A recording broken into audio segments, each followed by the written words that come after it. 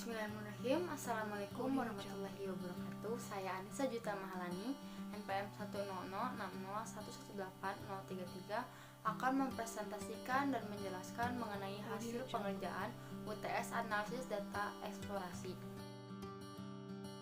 Data yang digunakan terdiri dari satu variabel atau variabel tunggal, yaitu mengenai data banyaknya keluarga di setiap desa di Provinsi Papua Barat dengan populasi sebanyak 1567.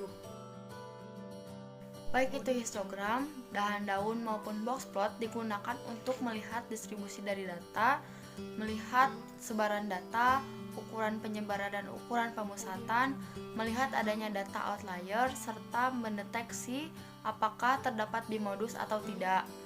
Berdasarkan histogram, dari software SPSS maupun Minitab menunjukkan bahwa terdapat satu puncak atau unimodal, serta histogram miring ke kanan. Dari histogram juga kita mendapatkan informasi mengenai nilai rata-rata sebesar 148,5, lalu ada simpangan baku sebesar 415, serta N atau populasi sebanyak 1567. Setelah membuat histogram, dilanjutkan dengan pemulusan kernel menggunakan metode naive pada software. Setelah dilakukan pemulusan dengan menggunakan H sama dengan 20, kurvanya cenderung naik dan sebaran distribusinya menjulur ke kanan, serta memiliki puncak yang cukup tajam.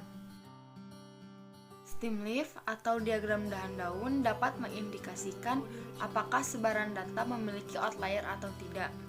Setelah kita analisis, ternyata sebaran data memiliki outlier dan memiliki satu puncak atau yang disebut dengan unimodal.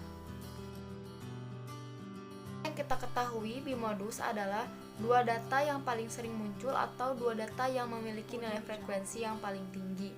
Berdasarkan histogram dan dahan daun, hanya terdapat satu puncak, artinya data tersebut berdistribusi unimodal. Berarti tidak terdapat bimodus dalam data tersebut.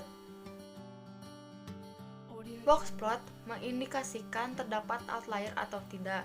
Selain itu, box plot memberikan informasi mengenai nilai Q1, yaitu sebesar 36, Q2 atau median sebesar 57, Q3 sebesar 96, serta IQR atau jarak antar kuartil sebanyak 62. Skewness atau kemiringan, diketahui bahwa data berdistribusi unimodal. Setelah menghitung baik menggunakan SPSS maupun Minitab, didapatkan bahwa nilai skewness sebesar 7,43.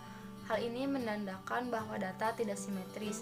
Ukuran skewness ini mengukur seberapa melencengnya distribusi data Provinsi Papua Barat terhadap distribusi normal. Kita dilihat dari histogram bahwa data juluran ke kanan. Jenis distribusi data dilihat dari skewness bahwa data tersebut miring ke kanan atau positive skew. Hal ini menunjukkan bahwa data terkonsentrasi di kiri, mengakibatkan nilai median lebih kecil dibandingkan nilai rata-rata. Karena nilai skewness lebih besar dari 1, maka menunjukkan bahwa memiliki kemiringan yang tinggi atau highly skewness data. Selanjutnya, kurtosis atau keruncingan. Berdasarkan hasil software didapatkan nilai kurtosis sebesar 67,76. Dalam kurtosis, distribusi normal dijadikan sebagai pembanding. Berdasarkan nilai kurtosis, maka distribusi ini masuk ke leptokurtis karena mempunyai tail atau ekor yang pendek dan peak atau puncak yang lebih tinggi, dan disebut kurtosis positif karena memiliki nilai lebih dari 3. Untuk mendeteksi pencilan, sebenarnya kita bisa melihat melalui histogram, dahan daun maupun box plot. Tetapi apabila kita ingin lebih jelasnya lagi, kita bisa mengidentifikasinya dengan garis bilangan. Tetapi kita harus mengetahui berapa nilai mean dan berapa simpangan baku. Setelah itu, kita membatasi batas atas dan batas bawah. Apabila data tersebut berada di luar batas bawah maupun di batas atas, maka data tersebut termasuk pencilan. Kita ketahui bahwa nilai minimum pada data ini sebesar 3 dan nilai maksimumnya sebesar 5.957. Pada slide ini saya telah menghitung berapa batas atas dan batas bawah. Ternyata data ini terdeteksi adanya pencilan. Dengan bantuan software, ingin mengetahui seberapa banyak pencilan pada data ini. Ternyata terdapat 33 data yang masuk ke dalam pencilan. Selanjutnya menghitung triggered mean, di mana triggered mean merupakan alternatif penduga untuk penduga kekar bagi rata-rata.